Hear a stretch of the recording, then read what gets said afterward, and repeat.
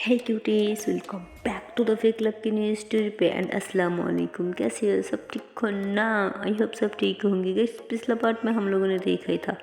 रूपा कहती, पता है दीदी, हम बहुत कुछ खाया और घोड़े पे चढ़ी थी, ट्रेन में भी चढ़ी थी और वहाँ पे भी चढ़ी थी। वो है ना, यू यू करके घूमती है वही। और तो और अच्छा हुआ कि आप वहाँ पे नहीं थी। आपको पता है वहाँ चढ़ने से कितना डर लगता है और सर कितना घूमता है, चक्कर सा भी आता है। मुझे भी आता था और उसे भी। अगर आप होती ना तो आपको भी आता है ना। अच्छा हुआ कि आप नहीं थी। तो देवी रूपा के कान पकड़ लेती और कहती, अरे शैतान की अम्मा, तुझे चक्कर नहीं आया पर मुझे आती थी। क्या बात है, नौटंकी कहे की दिन दिन बड़ी बदमाश होती जा रही है। तो रूपा कहती, अरे दीदी मैं सच कह रही हूँ, सच में मुझे बहुत चक्कर आ रहा था। तो देवी कहती, हाँ हाँ आ भाई ना लाइन में कि तुझे चक्कर आ रहा था। बुद्धू कहे कि चल अब शाम हो रही है ना, हमें आपस जाना होगा, काफ़ी लेट हो गया ना। तो ऐसे बोल के ना देवी सबको लेके ना पार्क से निकल जाती है। और मतलब सब थोड़ी देर आते ही ना रूपा कहती, दीदी मुझे अच्छा नहीं लग रहा है, पेट में बहुत दर्द हो रहा है। तो देवी कहती, हाँ वो तो होना ही था ना, आखिर इतना जो खाया था। बुखर कहे कि चल आ जा, यहाँ पे थोड़ी देर बैठ जाती हैं। तो देवी फिर सबको लेके ना वहाँ पे बैठ जाती हैं और फिर देवी ट्यूबवेल से पानी डाल के ना रूपा को पिला देती है और फिर सब वहीं पे बैठ जाती हैं कि तभी थोड़ा आगे ना एक बड़ा सा गाड़ी रुक जाती है। और जैसे उस गाड़ी रुकती है ना तो कुछ गुंडे आके ना एक आदमी को गाड़ी से ज़बरदस्ती बाहर निकलती है और पीछे से एक आदमी आके ना उनके सामने खड़ी हो जाती है और उनके सर पे ना गन पॉइंट करती और कहती, तुझे क्या लगा था कि मैं तुझे इतनी आसानी से छोड़ दूंगी?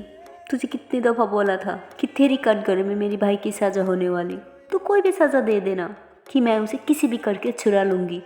लेकिन नहीं, तो सीधा उसे मौत की सज़ा दे दी।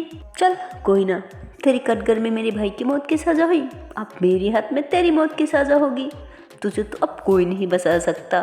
तो ऐसे बोल के ना उस आदमी गन फायर करने वाली होती कि तभी पीछे से ना देवी आके जोर से एक लात मार देती तो उस आदमी नीचे गिर जाती।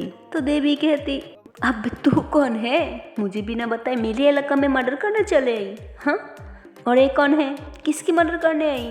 तो देवी यहाँ से बोल के ना उस आदमी की ड्रेस को सही करती और कहती, क्या साहब आप लोग भी ना किसी की बात नहीं मानती।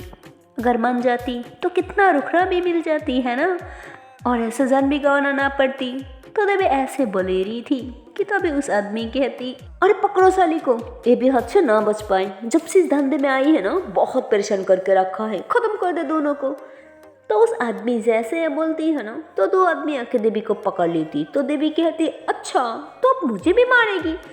ठीक है तो चल पहले थोड़ा आजमा के तो देख। तो फिर देवी जैसे ये बोलती है ना तो भी आगे से एक आदमी देवी को मारने के लिए आगे बढ़ती है। तो भी देवी जो होती है ना वो अपनी सर से जोर से एक मार देती है। तो उस आदमी जो होती है ना वो पीछे जाके गिरती है और जो दो आदमी देवी के हाथ पकड़ रखा था ना, देवी दोनों हाथ झटक से छुड़ाती है और दोनों आदमियों को ना गले से पकड़ लेती है और फिर दीवार पे ना ऐसे पटक देती है।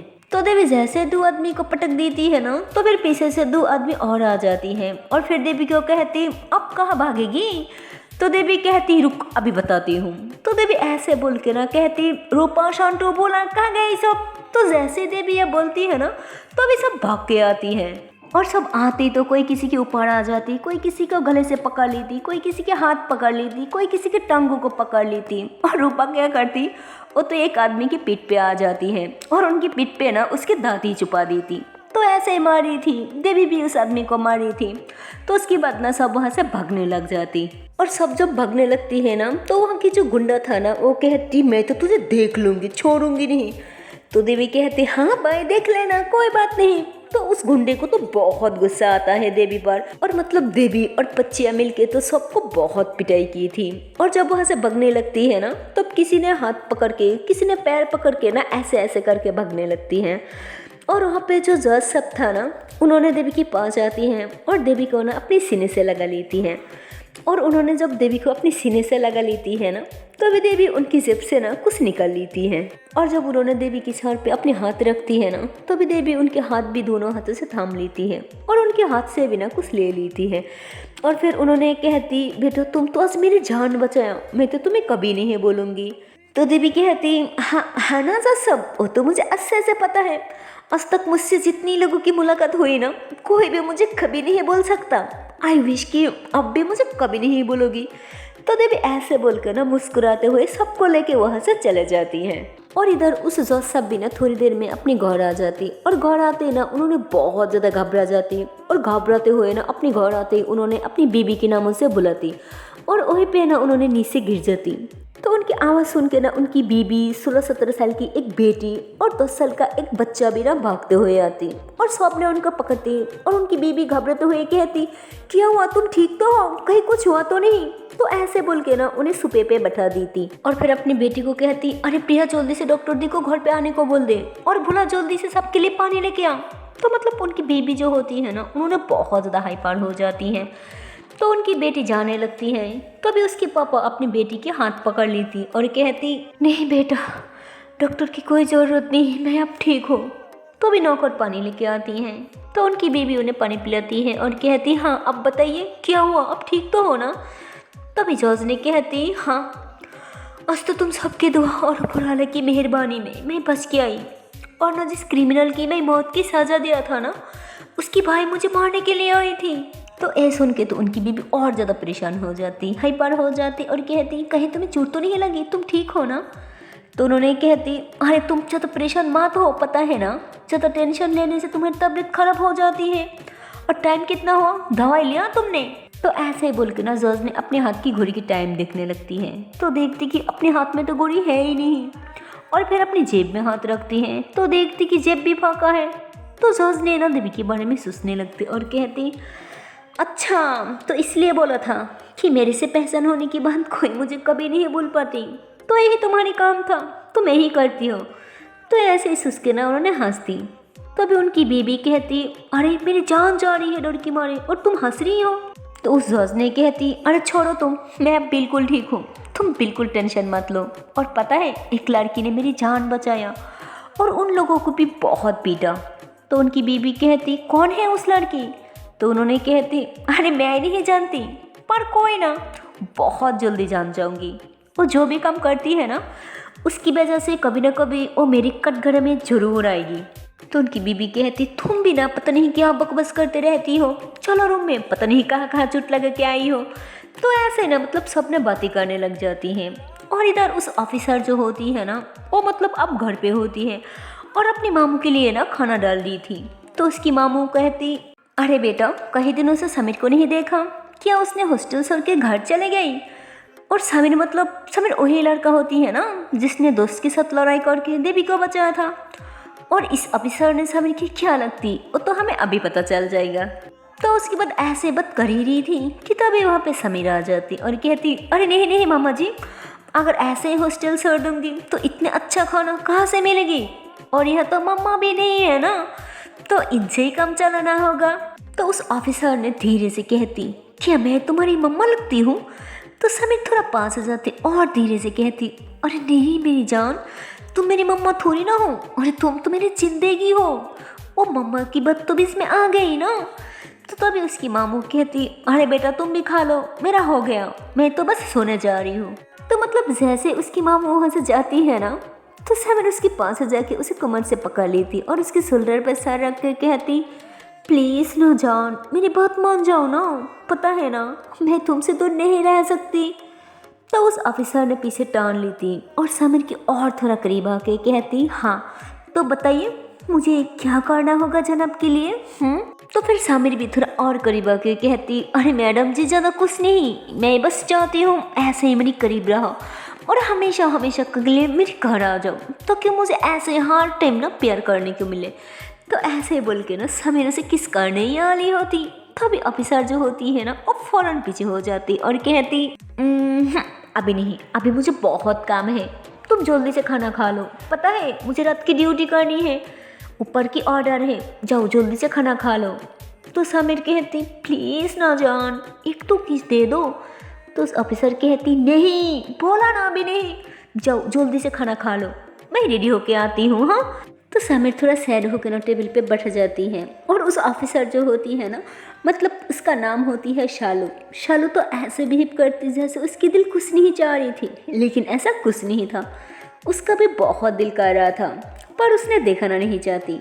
और फिर जल्दी से ना अपने रूम में चले जाती और ऐसे ना जल्दी जल्दी में रेडी होने लगती हैं। तो सामिर भी जल्दी से खाना खाने लगती है। और फिर उस ऑफिसर मतलब शालू जो होती है ना, वो जल्दी से रेडी होने के बाद सामिर को बुलाने के लिए आगे बढ़ने लगती है। तो फिर सामिर भी जल्दी से खाना ख़त्म करने के बाद उसे बुलाने के लिए आगे बढ़ने लगती है। तो मतलब दोनों एक दूसरे को बुलाने के लिए ना आगे बढ़ने वाली होती है, तो भी आमना सामनी ना दोनों टकरा जाती हैं। और फिर सामिर जो होती है ना, वो एकदम से नीचे गिर जाती है और उस ऑफिसर जो होती है ना, वो एकदम से सामिर के ऊपर आ जाती है। मतलब इन दोनों की ना ऐसे ही किस हो जाती है।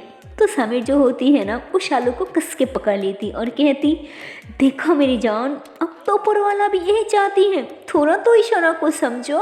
तो शालू कहती नहीं, बोला ना अभी नहीं तो अभी नहीं। तो सामिर कहती प्लीज़ प्लीज़ प्लीज़ एक। हाँ, तो ऐसे बोल के उसके फॉरहेड पे किस कर लेती करके, और फिर कहती ए हुआ दू। हाँ, तो ऐसे बोल के ना उसकी आइस पे भी किस कर लेती करके, और फिर ऐसे ना उसकी नोज पे भी किस करती करके, और फिर ऐसे ही सिक्स पे किस करने के बाद जैसे लिप्स पे किस करने वाली होती है ना, तब इसकी मामू कहती अरे बेटा क्या करी है, अभी तक नहीं हुआ।